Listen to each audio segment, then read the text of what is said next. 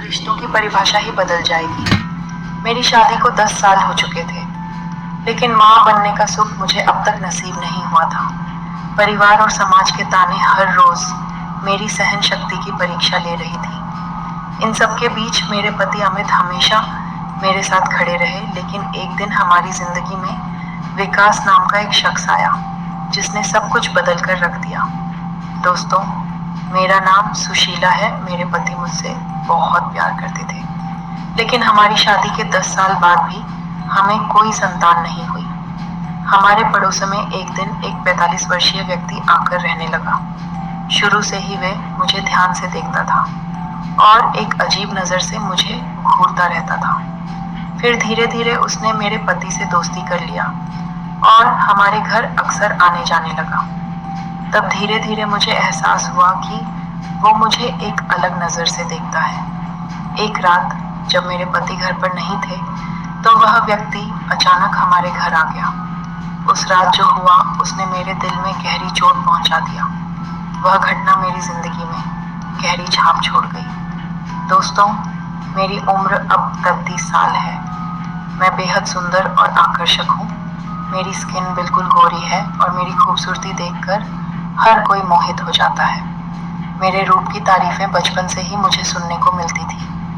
तब आस पड़ोस के लोग अक्सर कहते रहते थे कि मुझ जैसी लड़की की शादी किसी बड़े घराने में होगी। हमारे परिवार में हम 4 बहनें और एक थे।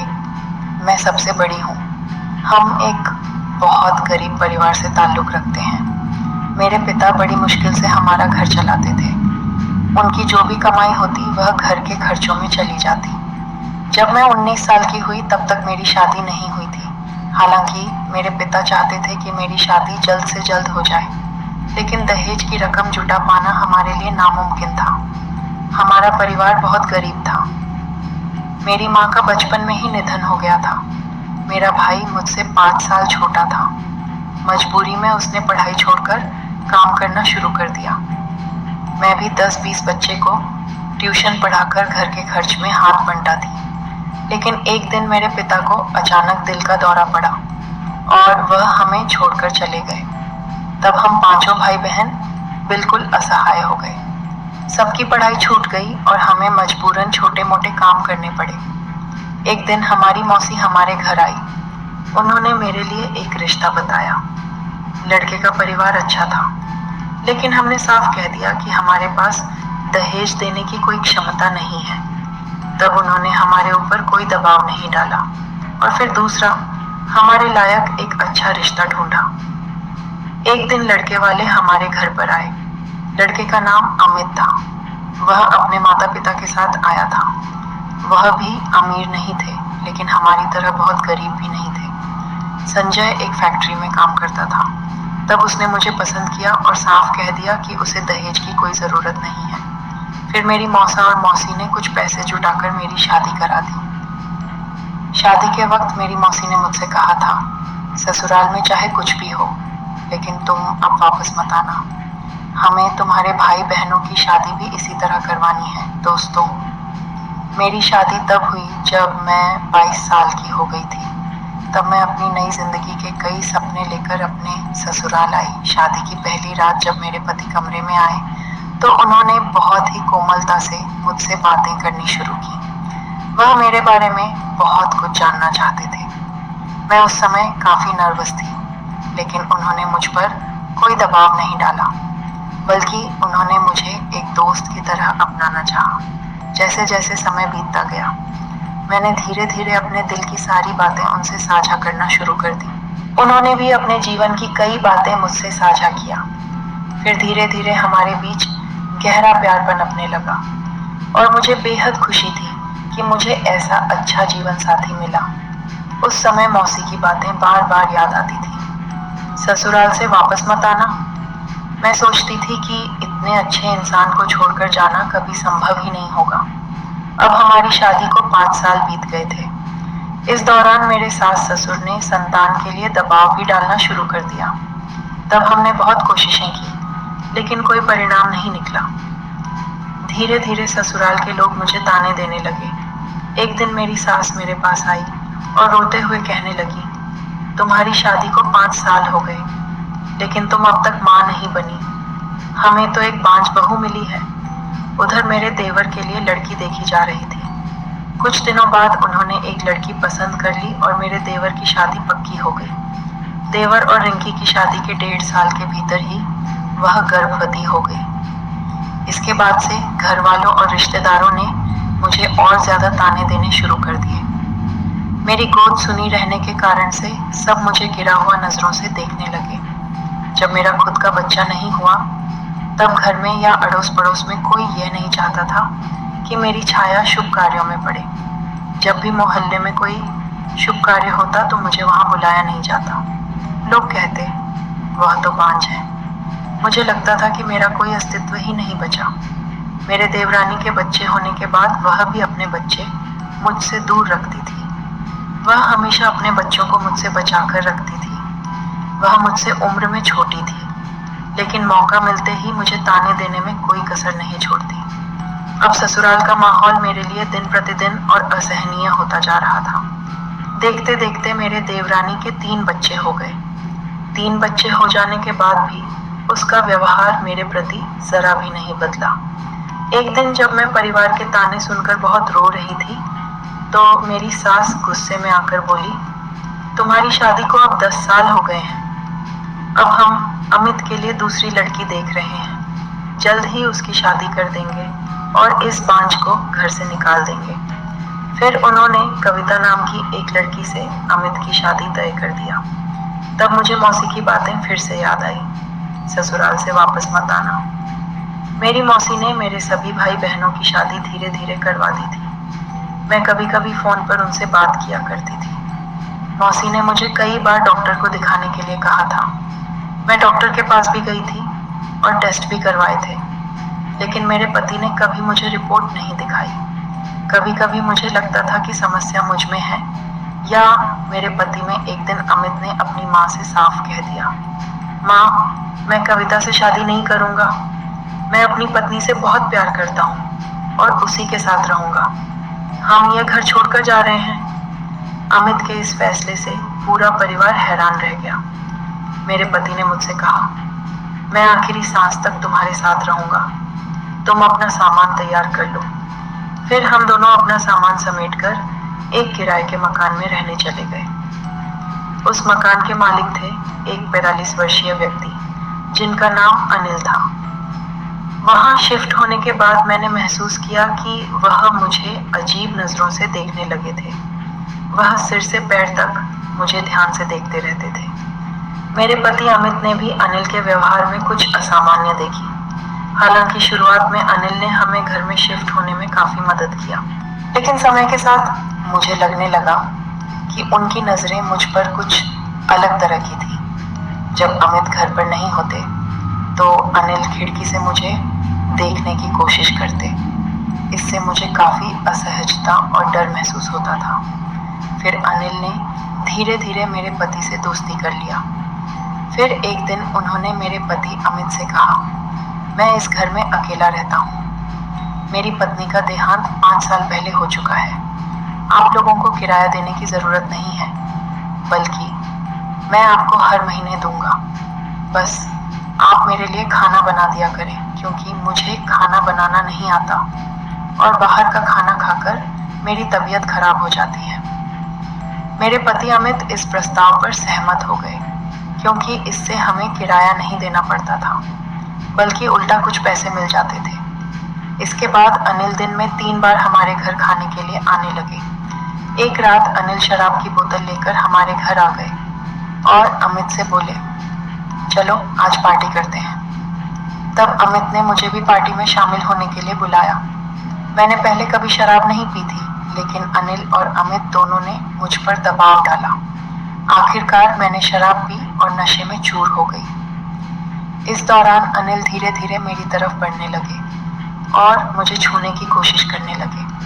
तभी मेरे पति अमित ने कहा, चलो हम तीनों मिलकर थोड़ा डांस करते हैं। मैंने 10 सालों से सिर्फ दुख ही सहा था, इसलिए उस पल थोड़ा आनंद पाना चाहती थी। इसलिए मैंने डांस में शामिल होने का फैसला किया। फिर हम तीनों ने मिलकर डांस करना शुरू किया। डांस के दौरान अनिल धीरे धीरे मुझे छूने लगे। तब मुझे कुछ अजीब लगा, लेकिन मैंने गौर किया कि मेरे पति ने कुछ नहीं कहा, बल्कि ऐसा लग रहा था जैसे वह इस माहौल का आनंद ले रहे हों। उस पल मुझे एहसास हुआ कि हमारे रिश्ते का यह नया रूप केवल मेरे लिए ही नहीं, बल्कि सभी के लिए अजीब था। अनिल मेरी ओर एक अलग नजरिए से बढ़ रहे थे और मेरे पति मेरे पास खड़े होकर जैसे इसे स्वीकार कर रहे थे। एक दिन जब अमित घर पर नहीं थे, तो दोपहर के खाने के समय अनिल घर आ पहुंचे। उसने कहा, भाभी जी, आप सच में बहुत खूबसूरत हैं। ऐसे पत्नी मिलना किस्मत की बात है।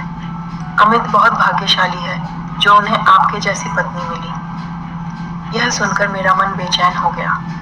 मैं चुप रही और धीरे से बोली, 10 साल हो गए, लेकिन अब तक मेरा कोई बच्चा नहीं हुआ। मेरी इस तकलीफ को सुनते ही अनिल ने मेरा हाथ पकड़ लिया, जिससे मैं बहुत डर गई। फिर उसने कहा, अगर आप चाहे तो मैं आपकी मदद कर सकता हूँ। उसकी यह बात सुनकर लगा जैसे मेरे सिर पर आसमान टूट पड़ा हो। मैं इतनी हैरान थी कि कुछ भी कह नहीं पाई।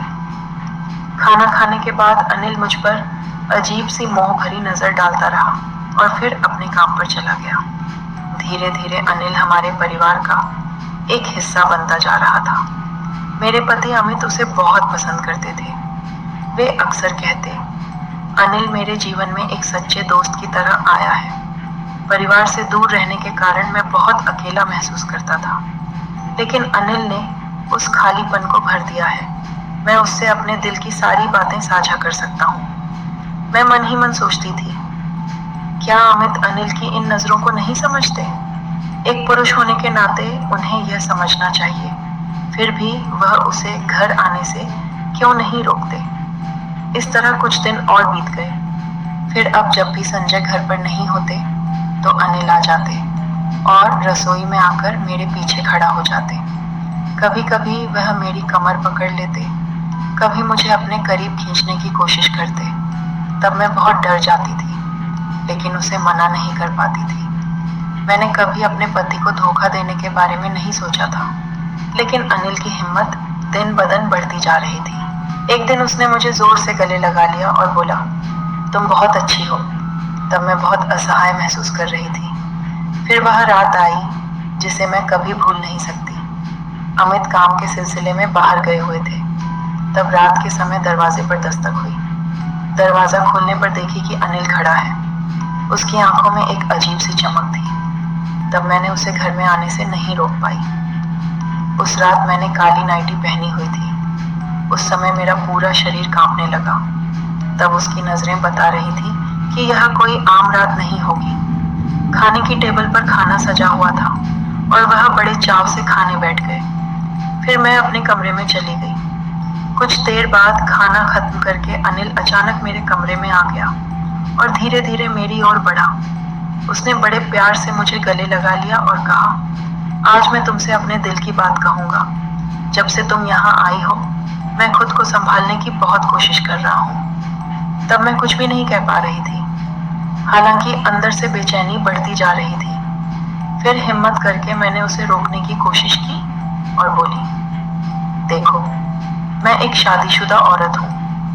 मैं अपने पति के साथ बेवफाई नहीं कर सकती। इस पर अनिल ने जवाब दिया, इसमें बेवफाई की कोई बात नहीं है। फिर मैंने दृढ़ता से बोली, मैं अपने पति के प्रति समर्पित हूँ और हमारे रिश्ते में दूसरे को ऐसी कोई जगह नहीं है।